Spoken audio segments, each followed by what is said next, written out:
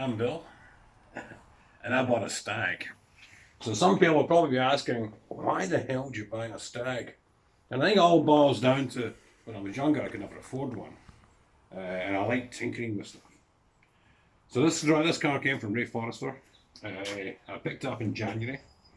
I drove down from Canada, Kingston, down to Nashville, and bought it off of Ray and dragged it back up here. But it's not an original engine one. It's got a Buick V6 in it. So that could be a 2.8, a 3.8, or a 4.1. They made many versions of this. I haven't actually got to the part yet where we can get the engine block number off it. But one of the first things we did with this one was to get the engine running. Although we got the engine running with pouring petrol down the carburetor, obviously it wouldn't sustain that. So we stripped out the fuel pump, we stripped out the power steering, got to the fuel pump. I know it was dodgy, I was bashing the bottom of it, and when I was putting it back together, I cross-threaded it, so I thought, to hell with this, we'll just put an electric one. So I put an electric pump, didn't start the engine because, of all things, there was nothing wrong with the pump. We had no fuel in the tank. Good thinking. So, why did I buy a Stag? Because here's my car out here. Follow me.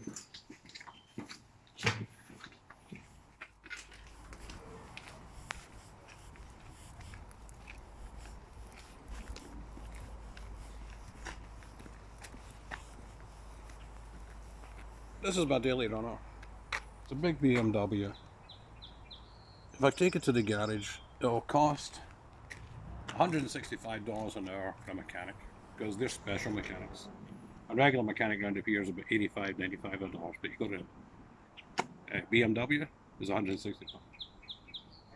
And every time something goes wrong with it, I have to take it to the garage. It's too complex, too complicated. It's window modules and light modules, and every one's $1,500 or $1,700 dollars. So my neighbour across the road, he's got an Austin Healey 3 litre, and it's been his daily driver for 30 years. That's remarkable. So is that why I bought it? Not yet. By the way, if you can work out that number plate, remember, I'm a Scotsman living in Canada, I'll buy you a beer. Back in.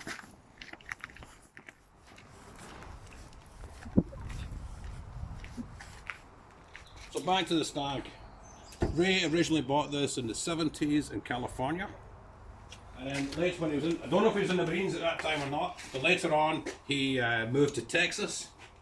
His kids used it as a daily runner to get to school and back. Although I think they took some shortcuts through some farms. It's a lot of, the paintwork's crap. It's always been lying out. There's no hard top with it. The soft top had never been up, and now it's just rotted. The engine's wrong. It's an automatic gearbox. It used to be a manual. I can see the hole there for the slave cylinder. So it used to be a V8 Triumph manual. Can we get it back to there? Do we want to do that? Remember, the original engine was kind of dodgy with that blowing gaskets all the time. Although I fully realised with new radiators and proper maintenance that shouldn't happen. So should I look after a V8 engine? Or do I turn it into an electric car, which is my initial thought. So I don't know yet what we're doing with it. So the theory is just now, let's get up, running, get it safetied or MOT'd, and get it back on the road, and then we'll decide. And because of this huge hoop, air filter and alternator, somebody has put this awful scoop in the front. Just looks awful, doesn't it? I believe that's birdshit on it. So I like projects, and I like doing things. This is a Bultaco Sherpa 350 that I rebuilt many years ago. What age are you there?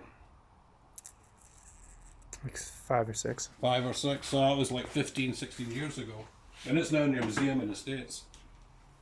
The other thing I like doing is, here's a wee Lambretta. Now I love this Lambretta, and it's beat up and all the rest of it, but we go runs with this wee thing, and it's a crowd of people that make it fun. Often when I'm doing stuff, I'll take the bike, and I think it was Dave from Florida with a Stag. See, that'd be a great run. I take the bike, I set my GPS to the address, Then I take off things like no highways, no toll roads, and it takes me all over the place. So here's some of the parts that we're replacing on the Stag. Bottom ball joints. You can see the difference. Track rod ends. Roll bar. Rubbers are all compressed. Bump stops. Big bushings for the swinging arm.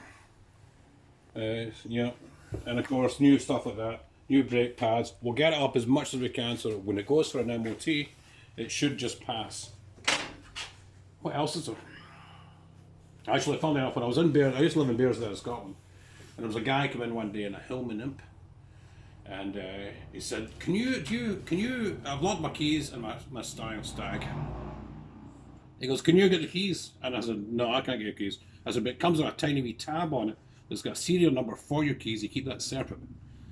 He goes, "That's with the spare keys, and they're in the glove box." So, I don't know what you're going to call AA or RAC or something like that. Anyway, the next day he comes in and he rolls down his passenger window and he shouts through. He goes, "I got them." I said, "How did you get them?" He goes, "I cut a hole in the floor and put my hand in and got the keys." He goes, do you have any idea how to get a screwdriver out the door?" I said, "A screwdriver out the door?" So we're out to our side and there's something like this hammered in to the door, and now we couldn't get the screwdriver out. That was a chap in Bearsden. So, Tony, I'm going to send this to you. I'm also going to send a copy to Ray. I'll probably put it on YouTube. Edit it any way you want. If you come across one of these for the connecting the roof, I think it's the left-hand side one, I'll buy it off you. Because I can't get one. I can't get one from Drummer Brothers. Apart from that, I've had this. This is now the third week in April. So it's been too cold to work in this in the garage. So I just do a little bit at a time. Plus I'm also renovating the house. So it's just a little bit at a time. So this will take me many, many months to actually get back on the road. So feeling that, Slanjavar.